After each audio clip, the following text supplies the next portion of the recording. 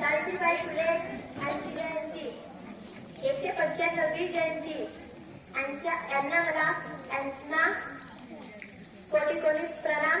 तसेच आजच्या कार्यक्रमाचे अध्यक्ष माननीय श्री PM भटे सर, तसेच प्रमुख पाहुणे सीतादेवी प्राथमिक शाळेचे माननीय नागलवाडे सर, सर्व माझे गुरुजन आणि मित्रमैत्रिणींनो, सर्वांना माझा नमस्कार।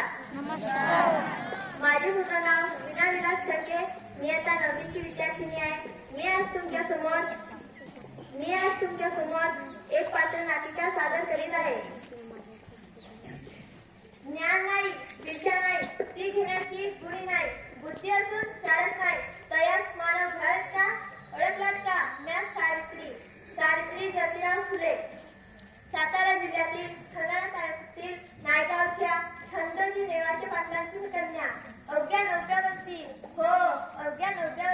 माझे लग्न ज्योतिराव फुले या माणसात झालं। मला हळूहळू कळायला लागलं की ज्या माणसाचे माझे लग्न झालं ते सर्वसाधारण माणूस नाही, त्या जगाला उजळणारा क्रांती सूर्यच आहे।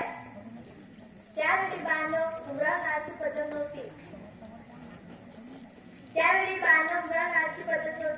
बाईच्या जाती कसं आपण बरं, आपलं घर बरं, आपल्या घरातील चूल। पण स्त्री पुरुष असा लय भेदभाव होता, पण या सर्वांवर एकच मार्ग, तो म्हणजे शिक्षण। आज शिक्षणाचा त्याग हा एकच ज्योतिरावांच्या मनात आणि ते एका शाळेत शिक्षणाचा प्रसार करण्यासाठी शाळेत गेले होते, तेव्हा त्यांना फराळ नावाच्या ब्रिटिश महिला म्हणाला, मिस्टर फुले, तुम्हाला शिक्षणाचा प्रसार करायचा आहे ना, तो एज्युकेट वुमेन कर, because women educated full house educated. पण तुम्ही लोक मुलीला घराच्या बाहेर पडू देत नाही। सो बॅड मिस्टर फुले। झाले ते आलेच माझ्याकडे आणि म्हणाले, सावित्री, आजपासून मी तुला शिकवणार। आणि झालं माझे अभ्यास सुरू।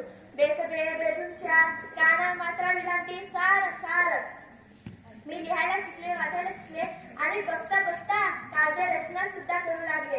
आणि अशातच 1 जानेवारी 1848 ला आणि पुण्यातील भिलेवाडा येथे मुलींची पहिली शाळा काढली आणि मी पहिली शिक्षिका आणि मुख्याध्यापिका सुद्धा।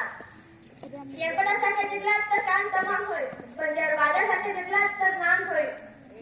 पण समाजात मात्र धर्म उडाला म्हणून कोंड्याकोंडी सुरू होतं। अहो, एखाद्या माणसाने शिक्षण घेतल्यावर कोणाचं धर्म उडतो? अहो, एखाद्या सामान्य माणसाने शिक्षण घेतल्यावर कोणाचं धर्म उडतो?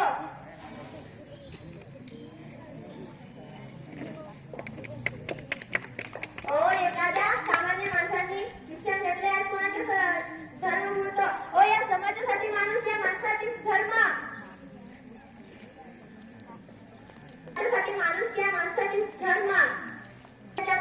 शेण फेकलं, मी सहन केलं, दगड फेकले, शिव्या दिले, तरी पण मी सहन केलं। पण माझे सहनशीलतेचे अंत झालं होतं आणि एक धतंगड माझ्या सामने आले आणि म्हणतो, ए तिवडे, कुठं निघालीस? पण आधी आमच्या बाई मुलींना शिकवणं बंद कर।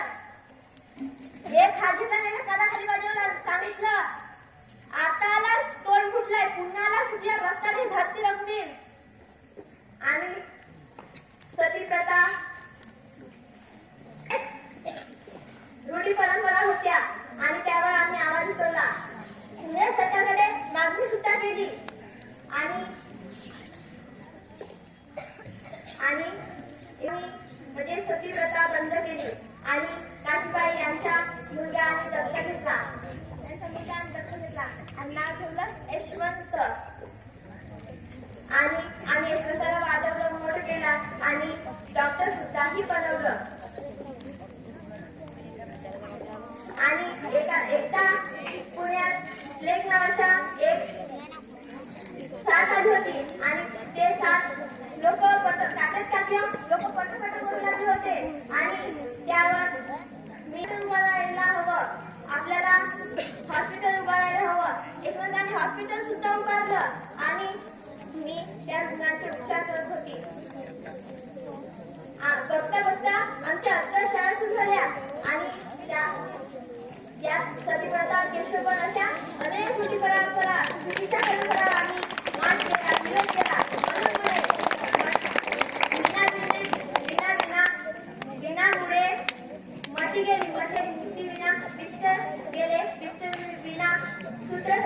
अनर्थ एका विद्येने केले, असे अनर्थ एका विद्येने केले. म्हणून म्हणे मुलींना वाढवा आणि शिकवा आणि या देशात शांतता वाढवा. कारण एक मुलगा शिकला तो एकटाच शहाणा होतो. कारण एक मुलगा शिकला तो एकटाच शहाणा होतो. तो जर एक मुलगी शिकली तर संपूर्ण घराने शहाणी करते. म्हणून मुलींना वाचवा आणि या देशात शांतता वाढवा. धन्यवाद.